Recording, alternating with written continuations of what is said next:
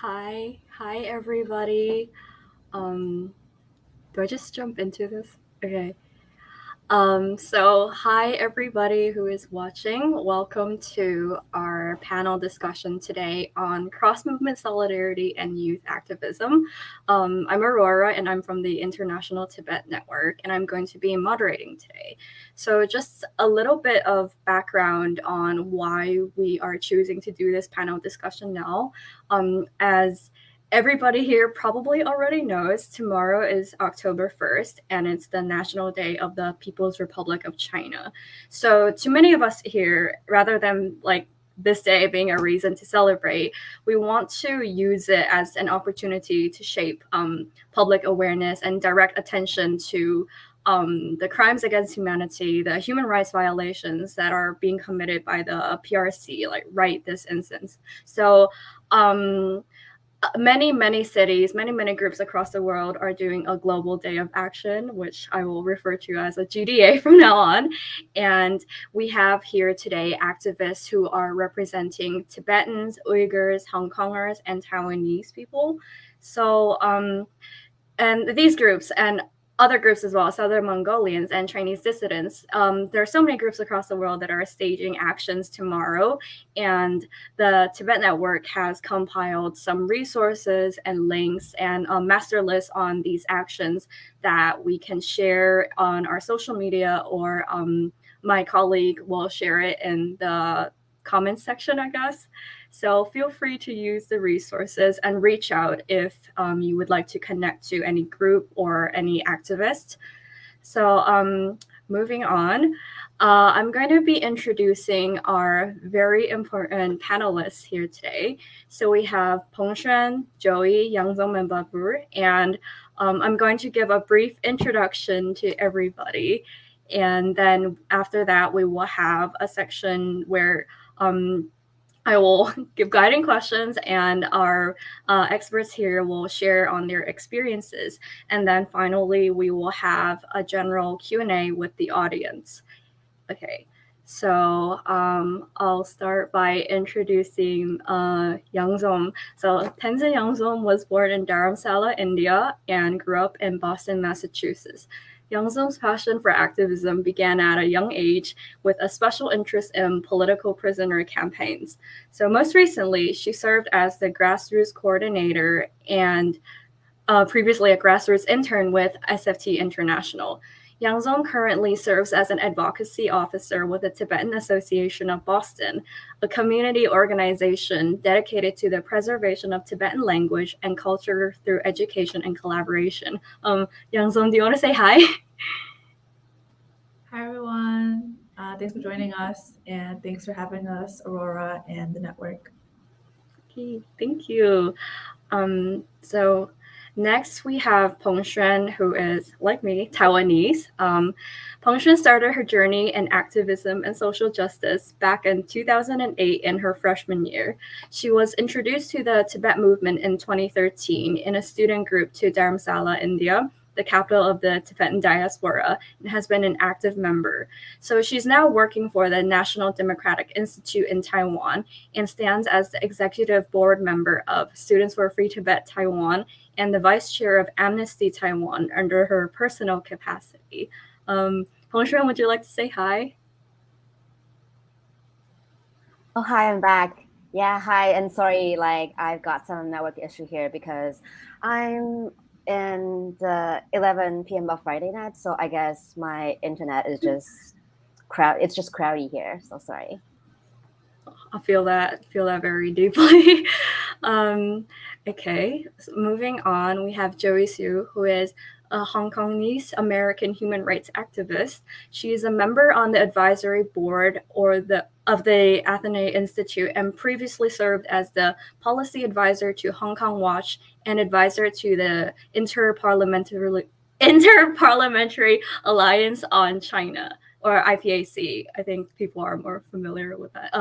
She participated actively in Hong Kong's pro-democracy movement in terms of organizing local grassroots campaigns and international advocacy for Hong Kong.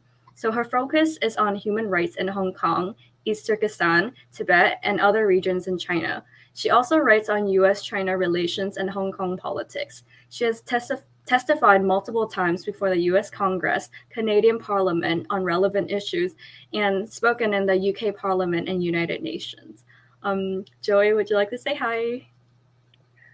Hi, everyone. Thank you so much for participating in our panel today, and also huge kudos to Aurora and also Peng Shuan for staying up so late on a Friday night after protesting all day in Taiwan. So looking forward to our discussion. Thank you. Babar Ishi is an Uyghur activist from Canada. He is the program director at Campaign for Uyghurs. Prior to working for Uyghur advocacy full-time, he was an activist in the Uyghur community. Babur has also been involved in the Tarim Network project connecting Uyghur youth. Would you like to say hi? Hi, everyone. It's good to be here. Thanks. Okay, so welcome everybody, and we will be moving on to, I guess, the panel discussion section. So how this is going to work is I'm first going to ask questions, and then each speaker will have 2 minutes to briefly introduce your movement, because not everybody in the audience may be familiar with every single movement. And we are going to start with Babur. So could you please just speak for 2 minutes, just a little bit on the background of the movement?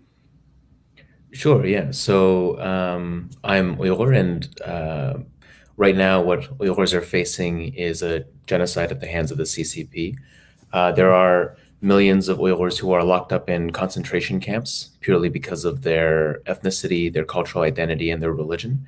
Beyond these camps where where they face physical torture, mental abuse, and sexual violence, there are hundreds of thousands of more Uyghurs that are sent to prisons, and also sent to forced labor systems where they're forced to either pick cotton or mine quartz, or sent to manufacturing facilities where they create the clothes that you and I wear, or solar panels or computer processors.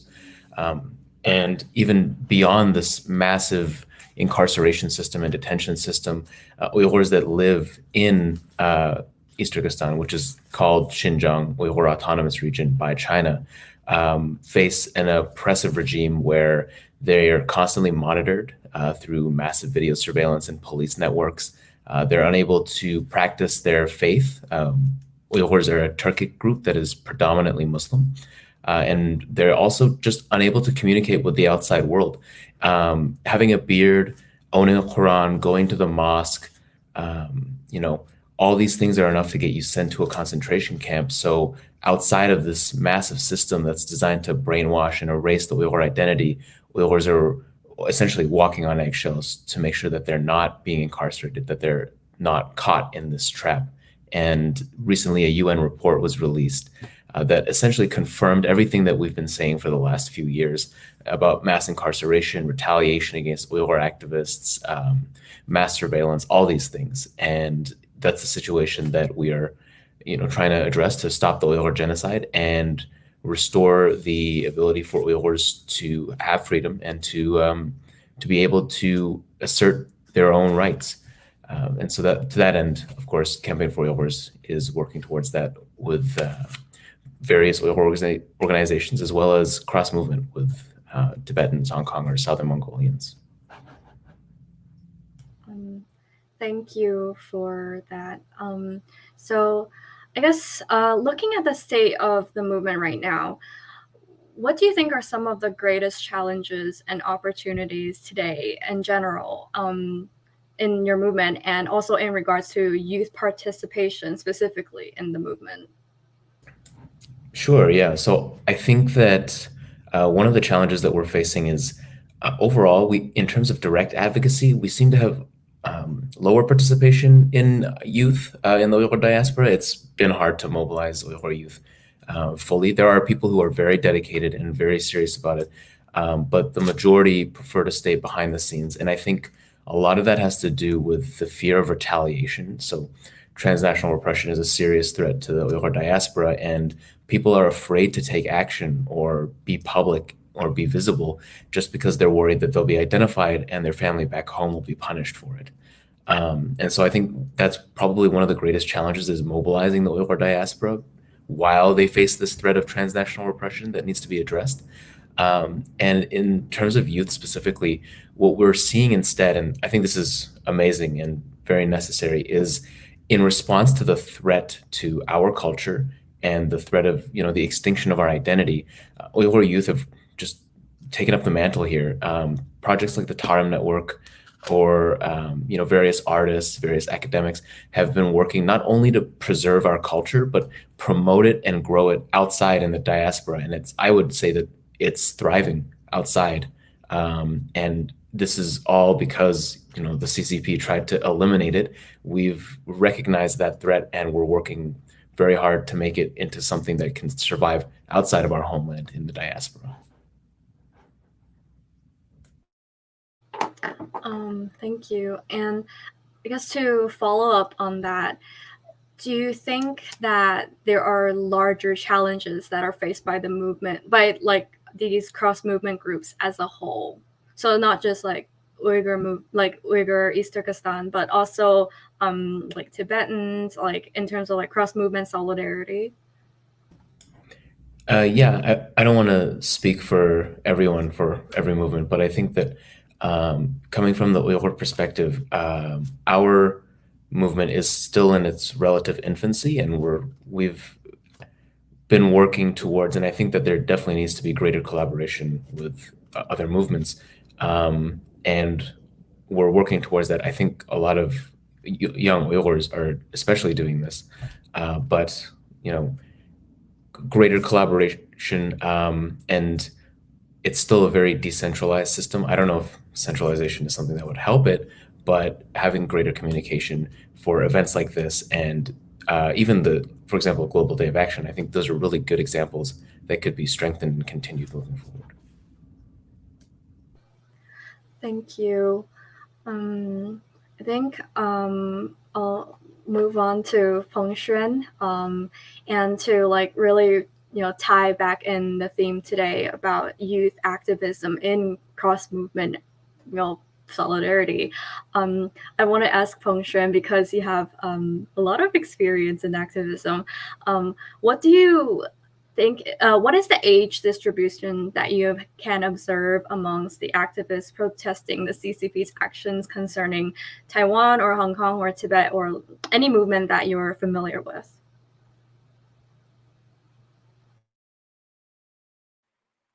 Oh, yeah. Thank you for the questions. And well, I think just like what we're saying, I can only speak for myself or for my own observation.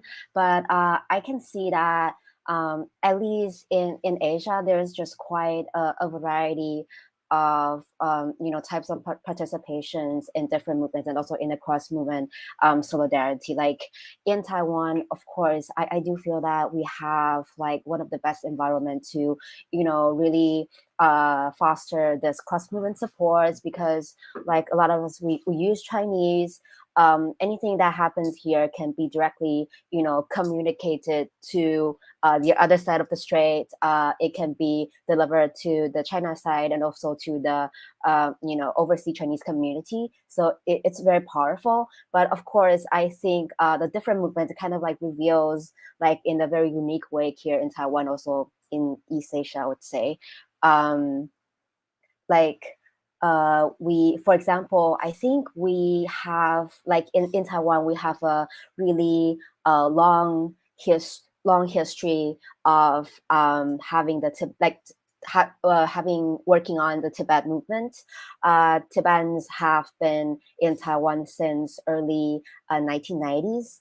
And like a lot of people here are having that, sympathy towards what happened in Tibet, and also have that strong interest in the Tibetan cultures and also the religions. But comparing to that, I would say because of the, demography, we have a less Uyghur community here on the island. So although people are super interested and really want to support and help on the Uyghur movement, sometimes they are more or less in lack of a better entry point to really support and help. But people are interested to getting more information. And also in Hong Kong movements, I can say that this is like among all cross movement solidarity, this is the part that we receive the most youth support. I guess it's more because, you know, I think during the movement, the extradition protests since 2019, we can see that a lot of people, you know, Hong Kongers and also the supporters really kind of like showing themselves in the movement in a really innovative ways. So like that kind of innovation really echoes on the youth side, and also because there's just like really huge big population of Hong Kong students here in Taiwan, so they mobilized really quickly inside the campuses, and having a strong and innovative support in the younger side. So I think it kind of like adding on to each other, you know, like with the really, I would say, sophisticated and mature tactics and strategies from the Tibet movement, and also with the young like forces that were mobilized by the Hong Kong movement. I think it kind of like adding up to each other. But I still kind of echo to what Babur said, that it really, I think like the sometimes unable to like mobilize or recruit younger members, you know, is really an issue in a lot of the movement, or in the just like for the sake of the sustainability of the movement, it can be an issue. Yeah, I think I'll just stop here and maybe we can follow up on that. So sorry, I actually forgot to say just now that if any of the panelists want to jump onto a question, like feel free to just speak up as well. And Hong Xuan, I also forgot to ask you just now if you could give like a brief, quick introduction about Taiwan, like Taiwan's freedom movement as well. Well, I mean our pro-independence movement, I guess. Yeah, sure. I think, well, I just said that I think Taiwan is a really good environment for like this cross movement support. But I think one of the reasons is that we did have the history of being oppressed and, you know, live under dictatorship. Like I would say, well, Taiwan is a small island resides just near at the southeastern side of China. If any of our audience are aware, and but somehow we are a small country that has been, you know, colonized and also occupied a lot throughout the probably the few hundreds of years of our history. And so long story short, after World War II, we were then just occupied / governed by the Kuomintang government from China after they lost the civil war with the Chinese Communist Party, which formed the you know, the People's Republic of China now in China. And somehow the Kuomintang governments in Taiwan, they executed just a really dictative role on people. We have like 38 years of martial arts period, which is still one of the longest in the world.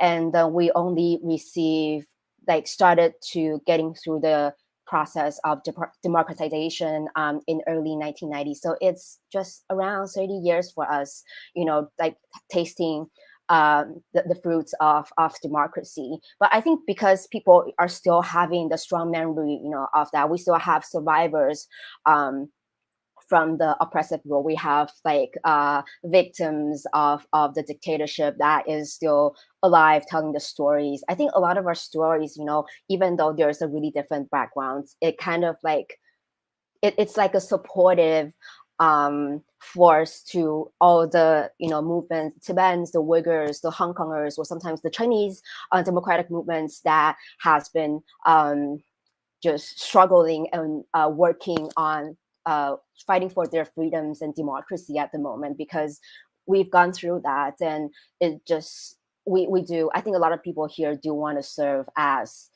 a support to all the peoples that, you know, having the same values as we do. So I think that's sort of the backstories of, you know, why Taiwanese people are interested and want to help, and how can we kind of like build up from that? Thank you, Peng Xuan, for sharing. I think I'm going to give the mic to the metaphorical mic to Yang Zong right now. If you could first give us a brief overview of the Tibetan freedom movement. Yeah, sounds good. Thanks, Aurora. So the situation inside Tibet right now is pretty bleak. I think many people know about the information lockdown and media blackout. So because of that, getting information from inside Tibet has been harder more than ever. And so there are nearly 1 million Tibetan children in residential boarding schools programs right now that are being forcibly separated from their parents and sort of forced to assimilate to their new Chinese identity. And so they're learning Mandarin as their number one language, and Tibet is being pushed down to a second-tier language at these programs. I think many people also know about the zero COVID policy that China has enacted on Chinese people and then also on Tibetans and Uyghurs as well. And so the zero COVID policy has had Tibetans and Lhasa in lockdown for over a month now, and reports just came out this week that 5 Tibetans have recently committed suicide because of the very harsh repressive treatments inside these medical facilities. And so whether Tibetans are testing positive or negative, they're being taken away and barely given any food and medical attention while they're there. And so the other recent news we've heard about is the collection of DNA. So as Tibetans are being forced to get tested, their DNA is also being taken by them and being used to sort of monitor Tibetans and the situation inside Tibet even more than they have been in the past. And so I think that's sort of, the situation inside Tibet right now, and sort of, sums that up. Thank you very much for sharing. And I think what you said about the DNA testing and also the COVID situation, there have been really good reports that have come out recently. I think maybe we can talk about that later. But to bring things back again to discussion of youth engagement, what in your opinion is a good way to encourage youth engagement, like based on your experiences in the movement and also because you're young and in the movement? I think for at least with SFT, our chapters on college campuses and universities are really good at spreading awareness and engaging with folks outside of our movement. So of course Tibetans, Hong Kongers, and Uyghurs care about each other and our people, but sort of mainstreaming the issue so that everyone in the general population is educated and also cares about human rights. And so they often will host talks, whether it's by human rights defenders or lectures by campaigners or experts they'll invite onto their campuses so that they can educate the greater student body. And a lot of people I think have had success in sort of bringing about the reeling into the cultural side of things first to introduce them to the topic. So whether that's Momo nights or movie screenings, whatever it is, to sort of get people reeled into the issue. And once they're there, it's sort of great, you enjoy our culture and whatnot, but this is also what's happening inside Tibet, and this is what Tibetan people are going through. So that I think it's a really good segue, especially because young people naturally are inclined, I feel to care about people and to find passions. And so it's a really good way to get more people involved. And although we know that our issues are all very political and non-controversial, it may not always feel that way to the outsiders because of the counter narrative that China is pushing. So that I think the whole bringing into the culture side first is has been a pretty successful segue for most of our chapters, especially in North America. And I would also say just having access to the institutional funds that they have. Students have a lot of influence over your schools and their ties to China. So ties with China, full stop. So I know that there's also a lot of power dynamics that can go into playing and organizing within college campuses. So for example, whether it's starting petitions to close down Confucius institutes, which are a long arm Chinese propaganda, or I think George Washington recently did a divesting of like Uyghur forced labor. So there are so many ways that you can get involved like on your campus that can have a direct impact to like oppressed people, whether it's in East Turkestan or Tibet or Hong Kong and China. So I think that's also a really good way. I think, organizing is also a little bit intimidating. So if you can find like 1 to 2 young people or like 1 to 2 friends that like share the same like passions or interests as you, whether they're studying like human rights or whether they're studying to be a lawyer or whether they just are, a decent human being, care about like what other people are going through. I think once you have 2 to 3 people, it's really easy to then sort of work with them and like organize events with them, and it sort of takes the like intimidation factor away, so you don't feel so alone. And a good example of that is we have Namdol, who is a student at American University in DC, and so she really wanted to restart the SFT chapter AU. I don't think there are too many Tibetans on campus this year, so she has recruited some of her non-Tibetan friends, and they've all taken board positions. So now there's like a new and thriving SFT chapter at American University, which is a really great place to have a chapter and holds a lot of influence when it comes to politics and organizing like within the US. So I would say, yeah, there's definitely, sorry for rambling on for a little bit, but I think young people are like the most creative people, we have today, especially the new generation that's growing up, and they're constantly putting out new ideas, and we should all like encourage them and make room for like the out of box thinking that because our movements are changing and adapting, we also need to be like moving with the times. And so just like making space for people to like move and grow and also make their own mistakes and whatnot is really important. And because young people aren't afraid to take risks, whether that's like being involved in direct action or whether that means thinking of more creative actions to gain more exposure than we have in the past. Thank you. And just another follow-up question to that, because the Tibet movement has been around for a pretty long time now, and you have a lot of like, do you find that there's a generational gap between more experienced, more senior activists in the movement versus, for example, people from like SFT? I think so. I think like the older people are a bit more like, we've been doing it for so long, so we're used to having like a system be in place. And I think young people are really good at not challenging that system, but like finding ways to add on to it. And so I think that's like people's greatest strength. So like SFT, like our chapters in the communities and in their universities and young people, they're just able to sort of like, I think, help take things and escalate things like sort of to the next level in a way, if that makes sense. Like the things that we've been doing for so long have been working, and it's good for them to be in place. But I think there are places where we can like tweak a few things and refresh on a couple of like tactics and methods and whatnot. Thank you so much. And next, I think, Joey, could you also give us an overview of the Hong Kong movement? Sure. So, as a lot of you already know, Hong Kong's pro-democracy movement broke out in 2019. It started with several protests against the extradition agreement proposed by the Hong Kong government.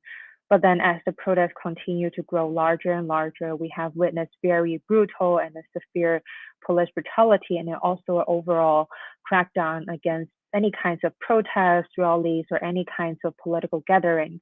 And within a little more than a year, we have got more than 10,000 protesters arrested, convicted, or experienced police brutality for taking onto the streets to fight for our very fundamental democratic freedoms. And following the complete crackdown of different kinds of political gatherings and also activities, we have also witnessed the cancellation of our democratic elections, with our very fundamental political rights being ripped away from us. And then we have also saw the imposition of the draconian national security law, which also led to an unprecedented persecution against everyday protesters, prominent activists, and then to legal professionals, teachers, social workers, and then also speech therapists, et cetera, et cetera.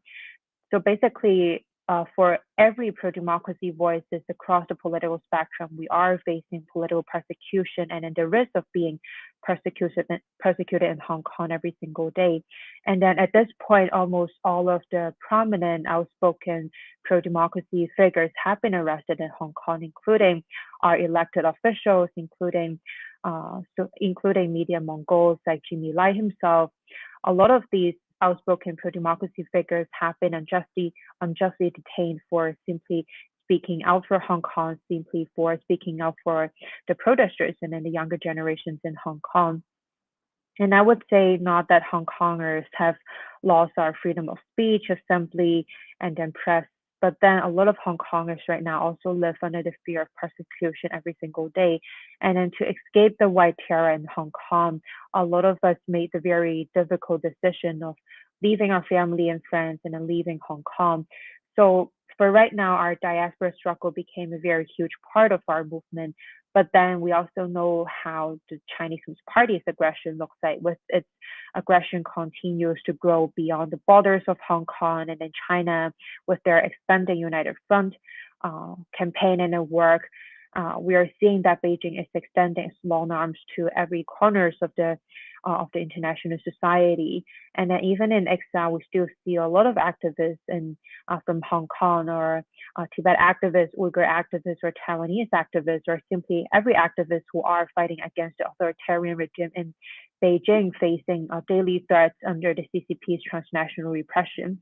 So in general, I wouldn't say that Hong Kong's situation is as bad as what it is going on right now in East Turkestan or in Tibet. But then with the government's policies of replacing Cantonese with Mandarin, with its policies to erase our very unique Hong Kong culture with Chinese culture, with suspending, for example, visas of international journalists, and then oppressing press freedom in Hong Kong, etc., we're definitely seeing some very, very familiar and then similar trends towards that.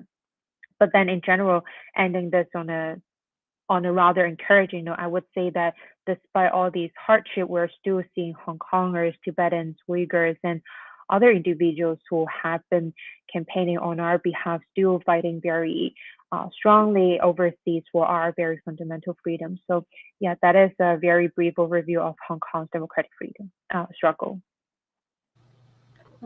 Thank you so much, Joey. So I guess I wanted to ask you, to our maybe like aspiring young activists who are watching us right now, what would you advise them to do if they are interested in joining the movement, interested in starting like to organize, to do cross-movement solidarity work, but don't really know where to start?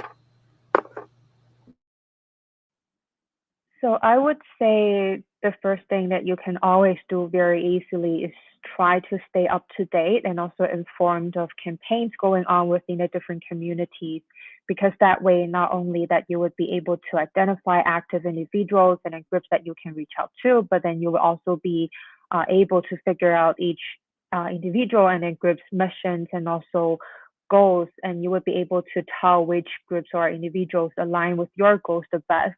And take the Hong Kong diaspora movement as an example. There are a lot of these community building focused local organizations that focuses mostly on grassroots organizing and in campaigning. For example, for locally, we have DC for Hong Kong, and then in Boston, we have HAS in Boston, and then we have a lot of other such kind of Hong Kong local diaspora organizations. And then aside from that, we also have some organizations of a larger scale that focuses on perhaps legislative advocacy, including our friends at the Hong Kong Democracy Council, HADC. And then even aside from that, we still have a lot of different groups that focuses on very specific areas or issues. For example, the UK-based Hong Kong Labor Rights Monitor, which focuses on connecting different labor unions, labor organizers, and then to amplify Hong Kong's voice through the perspective of labor organizing. So I would say after you have identified these individuals and then groups, do not hesitate to reach out to them and then to establish new relationships. you can start by, for example, attending events. And once you get to know the members or individuals working inside of the organization, you can try being a volunteer. And once you have settled in and then confirm that the organization, the way of their operations or their goals and then objectives are really those that you identify with, I would really encourage younger generations and then participants to also step in more and then take up more responsibility, or even to step up and then become a leader within the organization. But then with that being said, I also understand that sometimes it could be very difficult for the younger generations to break into the current scenes where a lot of times there will already be a lot of experienced individuals, activists, or groups that have been organizing for a rather long time. And then because of security reasons or a lot of different factors, it could be pretty difficult for you to get a position or to find your own status or position within that organization. So in this case, I would recommend our younger activists and generations to identify maybe your area of expertise or your strengths, and then to make connections with like-minded peers in your daily life.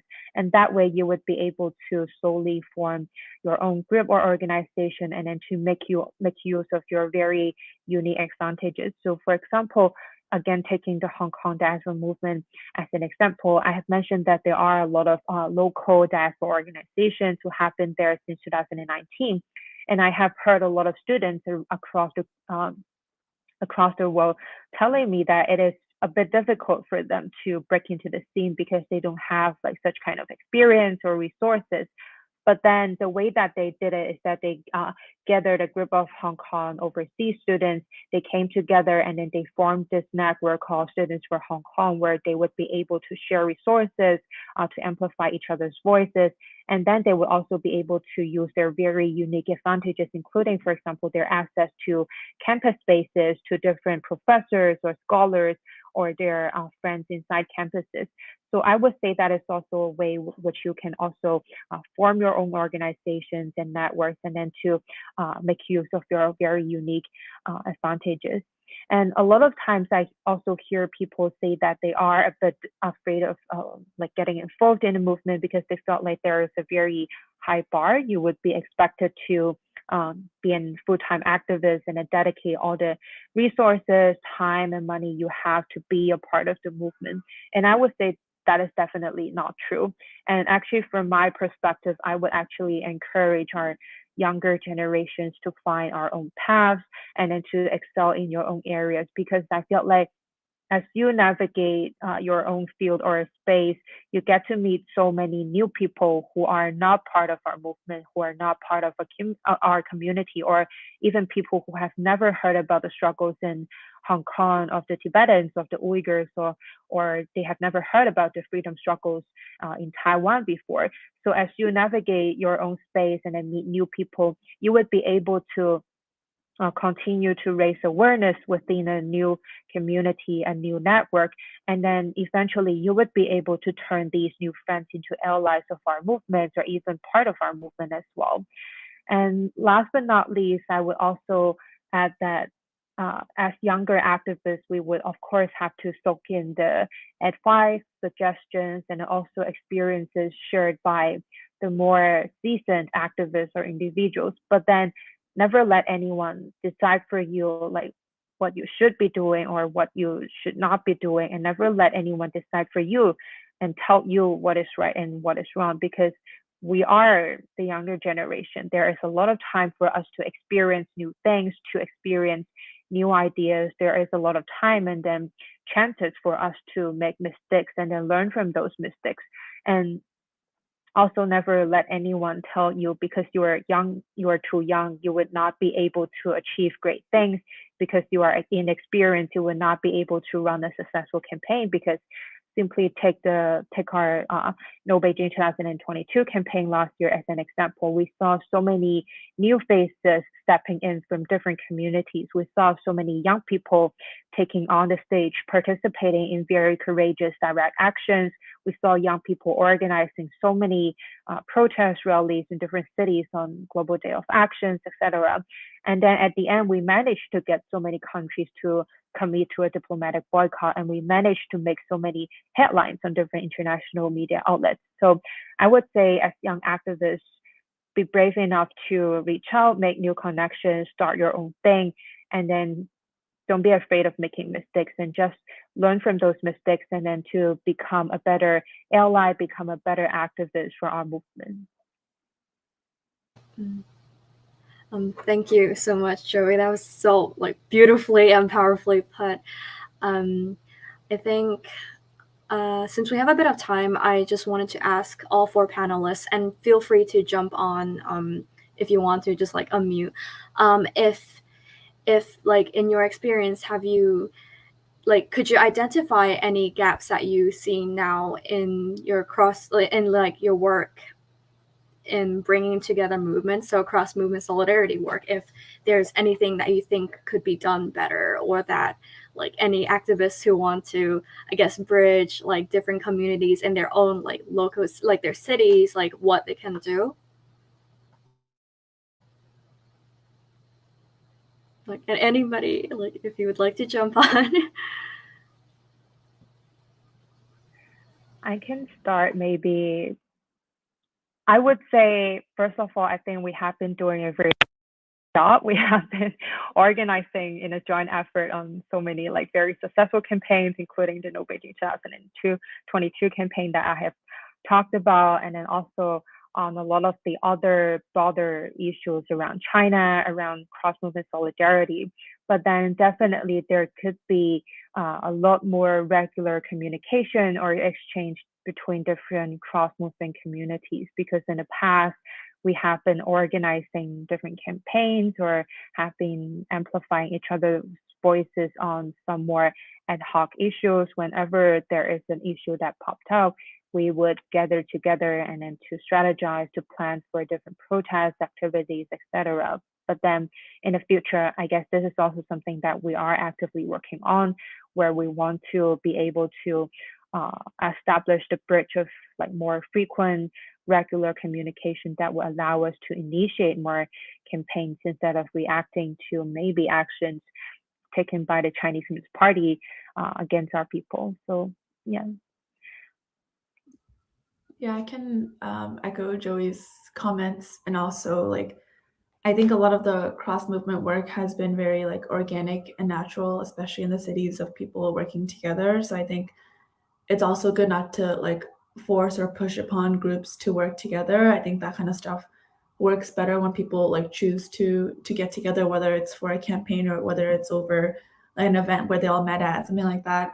Has been working really well for us, and it's more of a capacity thing, but it would always be nice to have more opportunities to get together in person and have conferences, meetings, strategizing campaigns and whatnot, in person together. I think more opportunities like that could definitely point us towards even more fruitful campaigning and collaboration. But again, there's just so much going on in each of our movements, and then also the cross-movement world. So it's really hard to sort of find that time to really make those things possible. But I think that's definitely something that in the future I can see more happening, or I think that's some space that we need to create if that's not happening.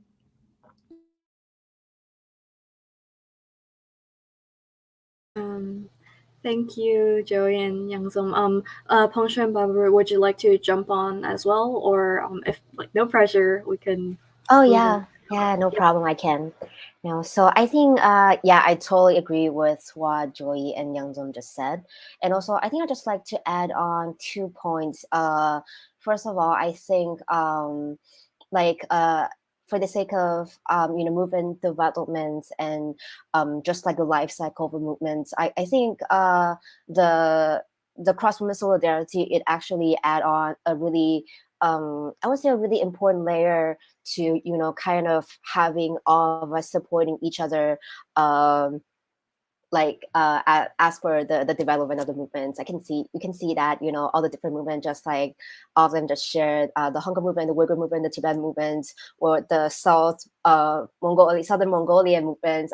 It all kind of comes in like a really different stage of their life cycles. And so in a lot of times, for me, sometimes, as a Taiwanese, more as like an observer for all these, you can see that there's a lot of elements that is really like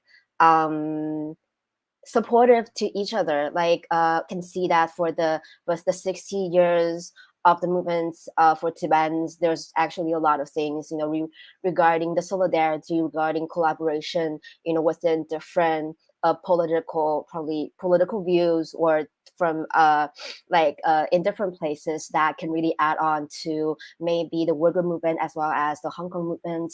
And I think the innovation that we see in the younger movement can also really add value on the more well-established movement that we see. So that's one point. And another, I think it's more technical, but I think it's still really important, because when we are fostering across movement solidarity, in a lot of times what really matters is the communication. And I can see that when we are working on cross movement solidarity, especially a lot of us are just a part of the diaspora community, and people speak really different languages. We can see that most of us are at least bilingual or just multilingual. And also can see that a lot of them, for example, when we're in a Tibetan conference, a lot of times we can see that there are people speaking Tibetans as well as English and Chinese, and maybe adding on a lot of different European languages. And because all of us have so many different life experiences, sometimes the language that we can best express ourselves are just different. So I think in a lot of these, really just real occasions, sometimes we just need to focus more on providing good platforms for everybody to express themselves and provide their experience and also their opinions. And yeah, that of course that cost a lot of effort and resources, but that is totally valuable. And I think that is something I observe throughout my participation, and something that I think we can always work better on. Thank you, Fengshen. Babur, would you like to add on to what they've shared? I don't think that there's anything I could add on that hasn't been said. Yeah, it was explained pretty well. Okay. And thank you to you all. So we are now opening the floor to questions from the audience, and I believe we already have a question to Yang Zong and Joey. So from Tibet Freedom, they are asking, can Tibet's middle way approach still be trustworthy after China has broken their promises with the UK over Hong Kong? Either of you, if you'd like to jump on. Yeah, I guess what I would say is that from the PRC's violation of the Sino-British Joint Declaration, and then also its repetitive violation of different international treaties, agreements, and with their influence and bullying of different international society stakeholders, I personally wouldn't say that I would have any kinds of confidence in the PRC of upholding any kinds of promises made to Hong Kongers or every other community. For me personally, I don't think I would be in a position to say what would be the best for the Tibetan community or for Tibet, but then simply as a Hong Konger, I would say what has been happening in Hong Kong over the past few years, and also with China's recent bullying of Australia by imposing tariffs, etc. I personally wouldn't have any confidence in the PRC for upholding any kinds of international agreements or promises made not only to our communities, but then to any international stakeholders. And I think this is also one of the things that the international community, especially policymakers and governments, have to realize, because for too many times we have been investing confidence and trust on the PRC, hoping that they would be upholding their promises made to different international organizations, to different communities. But then time and time again, for so many situations and opportunities, the PRC have proven themselves not trustworthy. So that would be my opinion. And I would pass it to Yang Sum to speak on behalf of the Tibetan community. Thanks, Joey. I think, I guess more personally speaking, I think there was like in the past some trust in the middle way approach back when there was more dialogue and more diplomacy happening around, Tibet and China. But as we can see more recently in the news with, a genocide in East Turkestan, also a genocide in Tibet now under, UN guidelines of attempting destruction of a group's culture, religion, and identity through the boarding schools programs. There's also, Xi's and Putin's limitless, no limits friendship. There's Xi running for office again, which has never happened before. There's no dialogue now with the Tibetan government in exile or with His Holiness the Dalai Lama. And so I think these are all alarming red flags in which signs that prove that the Chinese government is not to be trusted in giving us anything, since all they've done is sort of, take away from all of our communities, not just the Tibetans. So I think, Tibetans have a real claim to self-determination, claim to freedom. We have like the history, we have our own language, we have our own country. It's just being illegally occupied. And so I think that's sort of how I feel about that. Okay, thank you, Joey and Youngzom. I don't think that was an easy question to answer, but thank you both. And we still have a bit of time. So again, the floor is open to the audience. If you would like to ask any of our panelists a question, just leave a comment. And in the meantime, I have a question for all of you as well. Because of my own background in cross-movement work, I would like to know if you think, if you find that there is value in expanding beyond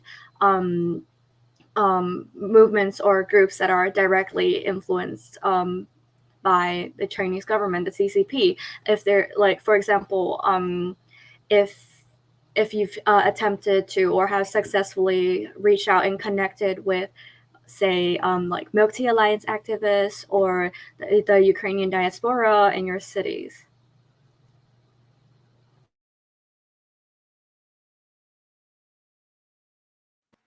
Oh, Joey, do you want to go first?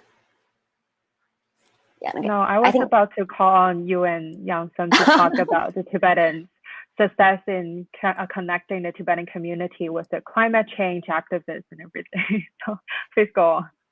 Yeah, thank you, Joy. So I think I can add on a little bit for that because, just like I said, I think Taiwan is just like a really good soil for a lot of movement to be developed, and because of like the freedom-loving people here and the level of the freedom of speech that we have in the country, and also the diversity of the population, I would say, because I think really lucky we do have a lot of different communities from all the different, at least Asian countries on the island, and I think that also foster a really good kind of backgrounds for us to build up this solidarity of movements, at least in Asia. And I think there's a point I would like to add, because right now, China is literally the biggest, human right, like the source of the human right violation, in the Asia Pacific. So in a lot of cases, even though some of the oppressions are not directly related to China, it's just it just connected in some ways. For example, we can see that for a lot of Filipinos, their sovereignty and their freedoms are highly affected by the aggression of China, and also the really intertwined connection of their governments, their politicians with the Chinese government and the Chinese fundings. And for a lot of other places, for example, for Vietnam, internet security law is literally identical with the Chinese internet security laws, and a lot of the techniques that are provided directly provided by the Chinese government. And I think we can see it in Myanmar in the winter as well, like the military, they basically receiving funding, or maybe sometimes the weaponry from the Chinese government to, oppress their own people. And so we can see that China is now like the biggest threat to just basically all the people around the region. And also I think they're still projecting their power to beyond Asia, right? We can see that a lot of people, just like Joy said, a lot of people are under threat, like by any way. Sometimes it's threats on the internet, sometimes it's physical threats, and all of us are basically under danger. And so I think there's just no way that the cross movement solidarity can be unrelated to China.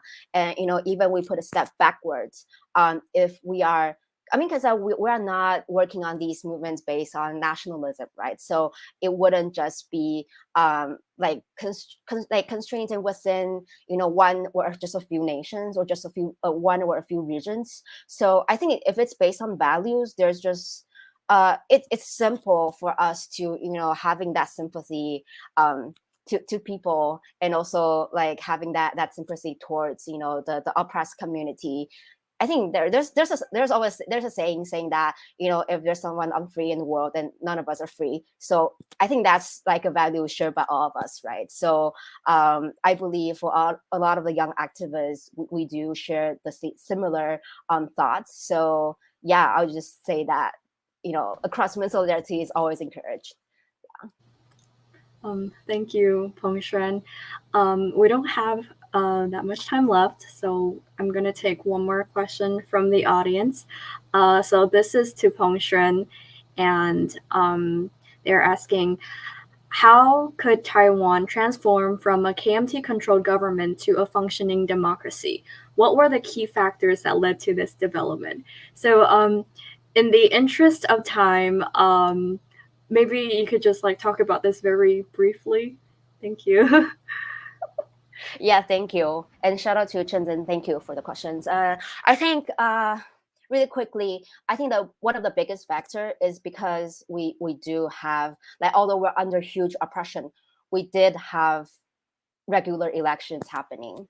We couldn't elect our own presidents, but we have local elections. And whenever a regular election happens, that's always the opportunity that we can, kind of deliver new information and perform new changes. So I think although a lot of the movement now we're in exile, a practice in democracy is always so important. You can see that Tibetans are practicing it in India and around the world, and maybe other movements they are forming something similar. But that's the time elections and debates, constructed debates, is the time that a lot of thoughts can be exchanged, and a lot of innovations can be just transformed in such occasions. So it really should. Thank you, Peng Xuan, for that very concise answer. Okay, so we have a few minutes left, and just want to ask our panelists if you have any closing remarks. Yeah, just very briefly, I just want to say, in regards to what we've been talking about cross-movement, and also reaching out to beyond just groups that are affected by China or the CCP, I think that's something that's absolutely critical. And I admire both the Hong Kong groups and Tibetan movements for this. The Tibetan movements tying of the cause to the issues of climate change and environmental destruction, which is an absolutely critical issue that is affecting billions of people, including Tibetans, and especially Hong Kong labor rights movement, because these systems are not a binary system of what's it's not purely based on race, ethnicity, or culture. It's based on economic, environmental, and identity-based oppression. And I think that the Uyghur movement could definitely be utilizing this more effectively, especially considering the coalition to end Uyghur forced labor, this huge push by labor rights organizations to end Uyghur forced labor, and how intricately that system is tied in with labor rights, with Uyghur identity, with climate change and environmental destruction. And it would be great to be reaching out, making more connections, and using these systems more effectively to push our cause, to make it known that it's not just affecting Uyghur people, but something that is affecting everyone. So yeah, thank you very much for having me.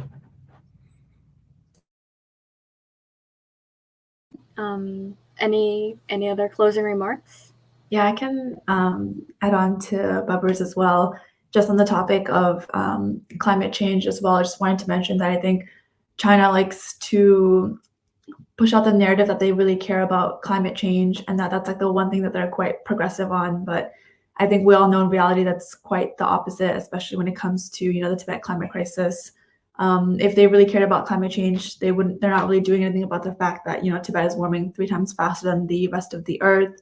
They're actually committing like climate adversities inside Tibet with their hydro damming and mineral extraction in Tibet, combined with like climate change and threatening to destroy Tibet's unique ecosystems, and also going as far as jailing activists like climate activists like Anya Singda. And so I think with the Tibet climate crisis, we've really been working with a new group of like movements, like the climate justice movement outside of our like China movement. And I think, you know, young people know that the climate movement is sort of like the biggest thing that's out there right now. It's, you know, impacting everything in the entire world. And I think they all really care about it. So it's a really nice segue and a good place of collaboration and cross-movement work that sort of really brings our movements together and introduces our movement to a whole new audience. And just as like last remarks, I think so many Tibetans, like we all, for as long as Tibetans inside Tibet continue to resist, we'll continue to mobilize and do cross-movement solidarity from the outside. We'll need continued international support and meaningful action. We need to call China out for what it is. You know, it's crimes against humanity, it's genocide. However, there is unprecedented levels of coordination and solidarity within each other, our movements. And although it's a very difficult time and we're facing a lot of, you know, uphill battles, I think there's a whole new generation of Tibetans and Hong Kongers and Taiwanese and Uyghurs who are sort of politicizing our struggles and our movements. And I think, you know, many movements have been freed under colonization and occupation. I think the same will be true for, yeah, Tibetans and Hong Kongers and Uyghurs. Just adding on to that, I think Peng Shuan, Babar, and then also Yang Seng mentioned how the Chinese Communist Party, how the PRC has been manipulating narratives about climate change, about climate justice, and how they have been colluding with Russia in terms of the invasion of Ukraine and exporting imperialism and also authoritarianism. So I would say to all these young activists out there, all these young people in our communities out there, what we are doing right now is so much more than just fighting for the democratic fighting for the democratic freedoms of our own people who are under CCP oppression. We are really fighting against the expansion of the Chinese Communist Party, their expansion of authoritarian regime, authoritarianism ideas all across the world. So I would say tomorrow is the Global Day of Action, and then in a lot of cities we're having different protests, rallies, and events going on. And it would be a very, very great opportunity for you to get to know your local organizers and then local activists, and then try to get involved with all these communities, organizations, and see if you could find your own position in our movement as well. So don't hesitate, reach out to all these organizations and individuals and come join us tomorrow.